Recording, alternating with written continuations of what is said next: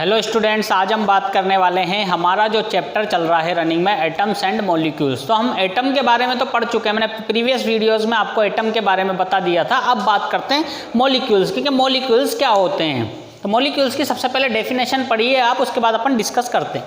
The smallest particle of an element, किसी भी element का स्मॉलेस्ट पार्टिकल, सबसे छोटा particle, which can exist freely, जो क्या कर रहा है, फ्रीली क्या कर रहा है, एग्जिस्ट कर रहा है अंडर ऑर्डिनरी कंडीशन, किसी भी ऑर्डिनरी कंडीशन में वो क्या कर रहा है, एग्जिस्ट कर रहा है, फ्रीली एग्जिस्ट कर रहा है। And show all the properties of that substance, और उस सब्सटेंस के अंदर क्या कर रहा है, प्रॉपर्टीज को शो कर रहा है, उसको अपन क्या बोलते हैं, मॉलिक्यूल्स बोलते हैं।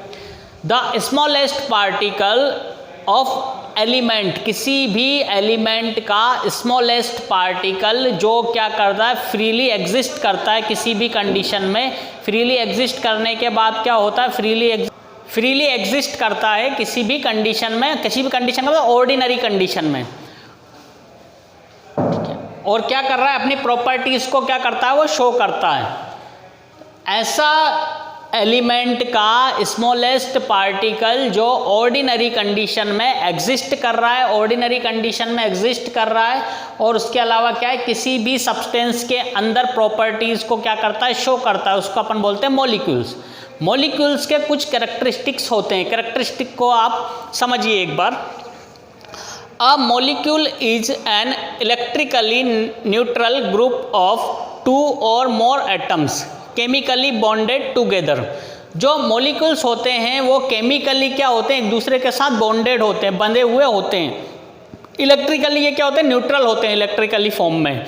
जब इनकी वैलेंसी की बात की जाती है तो ये क्या करते हैं, इलेक्ट्रिकली न्यूट्रल हो जाते हैं, और केमिकल बॉन्डिंग से ये एक दूसरे के साथ बंधे हुए रहते हैं, इनके बीच में केमिकल बॉन्डिंग होती है।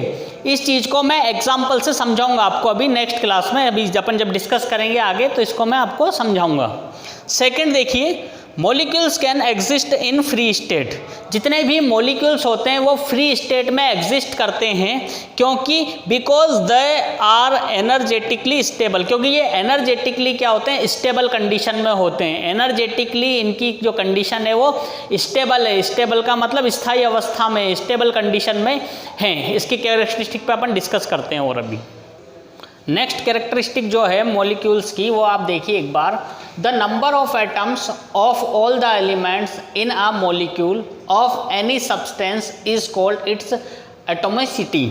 अब एटोमिसिटी का मतलब क्या है, the number of atoms of all the elements in a molecule of any substance. किसी भी सब्सटेंस के अंदर जो क्या है, मॉलिक्यूल है, किसी भी सब्सटेंस के अंदर अगर अपन बात करें तो जो मॉलिक्यूल है तो उसमें जो एटम का नंबर होता है वो एटोमिसिटी कहलाता है। कि उसमें एटम का नंबर क्या है, एटम की नंबरिंग उसमें क्या होती है, वो एटोमिसिटी कहलाता है। Atomicity of molecule could be 1, 2, 3। Atomicity किसी भी मॉलिक्यूल की क्या हो सकती है, 1 हो सकती है, 2 हो सकती है, या 3 हो सकती है। इसको एक एग्जाम्पल से समझना, एग्जाम्पल से आपको बात समझ में आ जाएगी। The molecule of noble gas, जितनी भी नोबल गैसेज हैं, कंटेन ओनली 1 एटम। जितनी भी नोबल गैस होती हैं वो क्या करती हैं, केवल 1 एटम को ही कंटेन करती हैं।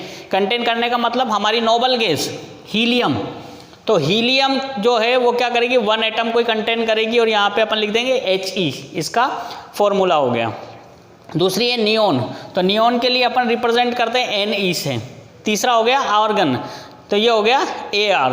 तो ये तीनों क्या है, मोनो एटॉमिक एलिमेंट है। मोनो एटॉमिक एलिमेंट्स का मतलब क्या है, इनमें एक ही एटम होगा, तो इसकी एटोमिसिटी कितनी हो जाएगी, 1 हो जाएगी। तो ये सारे आपके मोनो एटॉमिक एलिमेंट्स के एग्जाम्पल्स हैं।